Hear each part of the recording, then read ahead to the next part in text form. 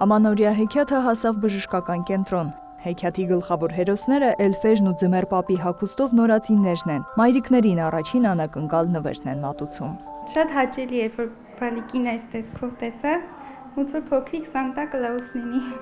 Բուժանձնակազմի մոտ եւս տոնական տրամադրություն է։ Ավանդական դարձած ամանորյա ակցիան միևնույն է ամեն տարի նորից զարմացնում է, հուզում, ժպիտ պարգևում։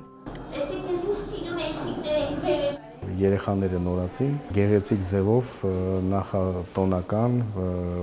Ձմեռ պապի շորիկներով եւ տենց զարդարած, այդ ձևին տեղափոխվում ամաների մոտ։ Այդ ավանդույթը արդեն 10 տարի է։ Բարդ ծննդաբերություններ, անհաս երեխաներ։ Ծննդօգնության բաժանմունքում աշխատանքը հեշտ չէ, բայց նաև ամբողջ տարի ուրախ լուրերի պակաս չկա։ Իսկ մասնագիտական առումով միշտ նորություններ ունեն։ Վերջին տարիներին շարունակ զարգանում են վերարտադրողական օժանդակ տեխնոլոգիաները։ Մենք ձգտում ենք մաքսիմալ, որ մեր ծննդօգնությունը եւ մենք ծննդօգնությունը իրականացնենք բնական ճանապարհով։ Եւ ինչպես պետությունը ունի այդ ծրագրերը, այնպես էլ մենք ենք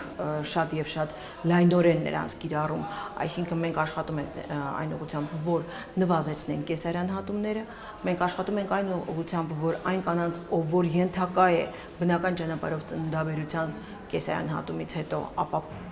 տանք իրենց այդ հնարավորությունը, որ իրենք ծննդաբերեն։ Պետությունն էլ աջակցում է ցավային վախի հաղթահարմանը։ Էպիդուրալ անզգայացումը ապագա մայրիկների համար անվճար է, ինչը եւս նպաստում է բնական ճանապարհով ծնունդների աճին։ Բոլորս ամեն ինչ անենք, որ նոր կյանքեր ծնվեն։ Նարեկ Ոսկանյան, Ժիրայր Հաբետյան, լուրեր։